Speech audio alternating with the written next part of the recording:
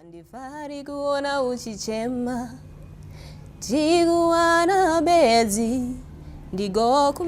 Sex workers are women or men who receive money or goods in exchange for sex. Anti-prostitution laws and policies lead to intolerance and stigma, which makes it very difficult for sex workers to safeguard their health and lives. In many parts of the world, including Zimbabwe, women enter into sex work because of lack of power and poverty. They are a vulnerable group, especially when it comes to HIV and among other sexually transmitted infections. The Zimbabwe National AIDS Strategic Plan of 2006 to 2010 identified sex workers as a key population that required special intervention for HIV prevention. What everybody knew at that time was that HIV prevalence among sex workers was much higher than what it is in the general population, but there was no adequate data to inform programming. As a result, it was decided that we need to have a situation and response analysis to understand better the conditions under which sex work operates in Zimbabwe. Sisters with a Voice is operating in different 16 sites all over Zimbabwe, providing basic medical services to sex workers, condom distribution, VCT, counseling, and also teaching them about safer sex practices. We spoke to some of the sex workers who are accessing these services in Zimbabwe, and they've shared with us some of the experiences that they face in their lives as sex workers and the challenges that they also face in their work. Ndakanga ndakaroorwa murume wangu bva ashaika vandasiwa mwana uyo bva ashaika asati ashaika mwana uyo atanga kurwara kwakuchiya kuti ndoita sei kwakugumirwa neupenyu kwakuchitambawo neshamwari vati iwe wakagarira pfungwa ambai usafunga kuti zvetiri kuita izvi tiri kuita nekudaba tisi kuita nekudaba tiri kutsvaka kurarama ini kwakuchitobatanawo navanhu kwakuchitodini kwakuchitotanga chihure chacho chinotaurwa ichi inonzi chihure kwakutotanga chihure kusvikira nanhasi. Ini chakatanga ndechekuti ndakaroorwa ndikaita vana vangu vaviri. Murume akabva atanga kuita zvaaita semunhurume. Inini nekuona zvaaita ndakanotestwa kuti ndabatwa positive. Obva atiza. Paakatiza ndandisina pekutangira. Saka pekunyatse kuchengetwa takaa tisina.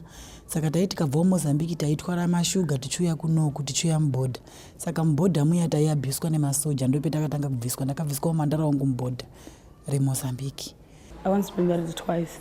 So the problem I faced was my first husband was so bully, and the other one was still so bully, and the other one was still the same. So I divorced the second one. Then that's why I get into sex work. Zvinorwadza but chekuti tirarame nacho hapana. Because tinosangana nematambudziko akasiyana-siyana. Ukarara nemunhu kana akakupa mari yako makusena obva amuka achiti haunaki obva akutorera mari. Umwe obva angokuti kana kuti mari yangu iyi hazvina kundifambira zvakanaka obva angokuabhusa zvimwe zvisinganzwisisiki. Apa unenge usina kana chekubata zvekuti izvozvi zvitaakutadza kana kutoendesa vana kuchikoro because mari yacho hakuna. Saka tiri kuita but hazvina because mari yacho $. Ukaona wakubhadharawo $10 night. Asi mazhinji acho $5, $2, $. Tinosangana nezvakawanda togona kusangana nomumwe munhu unoenda naye kumba okubudisira kana banga umwe munhu unokubvarurira kondomu. Ndinototi zvavo mucommunity munotonetsa kana kutoita vhore rechirume kana kutoita vhore rechikadzi. Havanatsotigamuchira zvakanaka. Hautori murume wese. Vanotoziva vanika vakatoziva kuti varara nababa panext door vanobva vatoda kuenda kokusungisa. Ndiri mumbava kudai ndobva ndaona mukomana andida. Bva ndati $5 short time. Bva tabuda tobva taenda anga kabhuka paBalmoral. Obva tarara short time yobva yadarika. Nda kuti mari yangu akati mari handina. Enda kumapurisa kana uri kuda mari yako. In as much as a lot of people are aware about the dangers of unprotected sex and issues around reinfection, women reported that condom use was one of the biggest challenges in their work, as most of their clients refused to use condoms and instead offer more money for sex without a condom. Basa ranongoita ini ndiri kuzviitira pakutambudzika pakuti ndine ana ndo zvandiri kuzviitira ngekuti ndazodaroko ndiri muchifambi mwangumo ndaingosangana nezvakawanda zvekuti amwe ndoti unongoda nyoro tisinganyanyi kusenzesa zvemaprotector ngekuti unonge uchiitika mari yakati one day pamunogona kuzi $20 pazuva short time indongodaira kuti zviri nani ndipo hangu 20 yacho. Ndina ndikufunga kuti maybe ndinandaona umwe munhu anenge achida kundibhadhara ndikazomutaura kuti ndiri positive unobva akwanisa kubva aregera kutosiyana neni hatichakwanisi kuwana mari nekuti unonge akuti uri positive. Pangu pacho unomboti ngaindiregere umwe unotoramba kondomu razvisho utoti handitodi kana kutomutaura kuti ndo zvandiri umwe unototi hazvina nebasa rese saka at the end unogonawo kutoti regai nditodini nditoita hangu unototi pamwe iyo uruziya state yake kuti wakamira sei iyo plus iwe unonge utoda mari kuti kana munhu wamutaurira akati azozwisisa ichi mhosva yangu haisi mhosva yangu. Ini kubva pandakabara mwana wangu kusvika pari zvino ndiri kushandisa kondomu. Ndingati kubva pandakabata nhumbu yangu handisati ndamborara nemurume zvakadaro ndotoshandisa kondomu. Nyaya chinonga chitotondirwadza mwana wangu asi dai nandiri ndega manje pamwe ndaizoti sezvo ndindakufa saka pamwe pacho nomboti hazvina basa asi izvozvizvi ndineyo nini mwana wangu ndinotorwadziwa ndikatovatari saka hapana munhu anozogona kuita take care. Ini ndakamborwara nesikika ndikarapwa hangu siki yacho asi kune vamwe vari mudzimba vanotyaidze uyezve kune vakatorara pabonde dzimwe ngochani dzedu kuti auye korapwa nezvakazi ngezvavakadzi. Saka daita mutisvitsawo chemo chekuti kune vamwe varume vakadaro vanodawo kurapwa. Nekuti vanhu vaendewo kunotestwa nguva iripo vasati varara pasi because ini ndakazotestwa ndarwadziwa. Saka beta kuenda early woziyawo status yako nekungozvichengetedzawo. In an effort to make ends meet, sex workers also face challenges around the communities that they live in, as most people around them do not understand their work. Instead, they ridicule them and shun them. Unongobatwa kuzi hure riri kufambapo iro. Vamwe hatodi kana kutobatirwa chinhu chake kana kubatirwa mwana wake nehure nekuti unonge atoti pamwe pese pouri unonge uda kutodini amwe autodanana kana nemurume wake.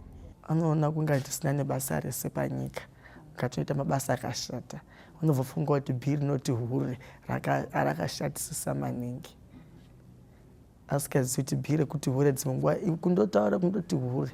Ndirikuda kuti kuna vanhu kucommunity ndirikuda kuti vanhu vangotibatawo zvakafanana neamwe anhu ari kushanda mabasa avo nekuti kuti tipinde munyaya yakadaika hakusi kuda asi kuti kutori kushaya zvoti dai taionawo mabasa hataizviregera nokuti nedzimwe nguva unotombo musoro unotoswura chitema kuti asi ndosvika riini ndichidai.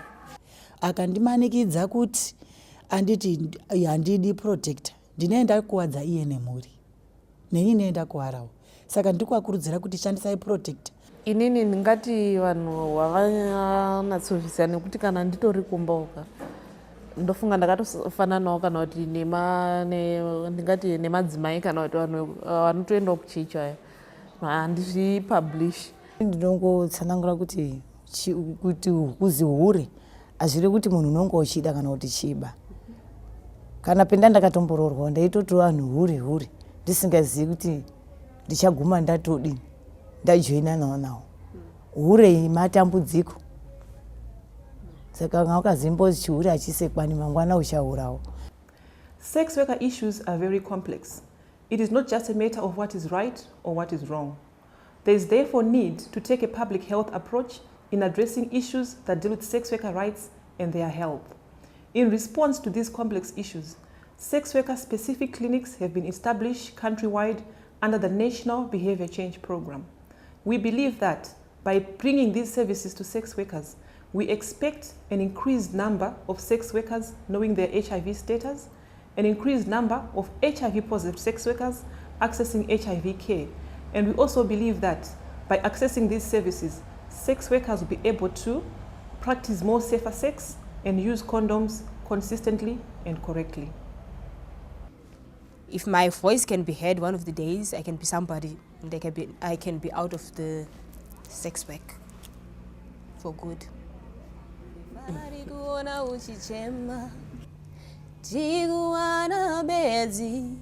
Ndigo kumbira tenzi kuti atichengete svikate unanazve ini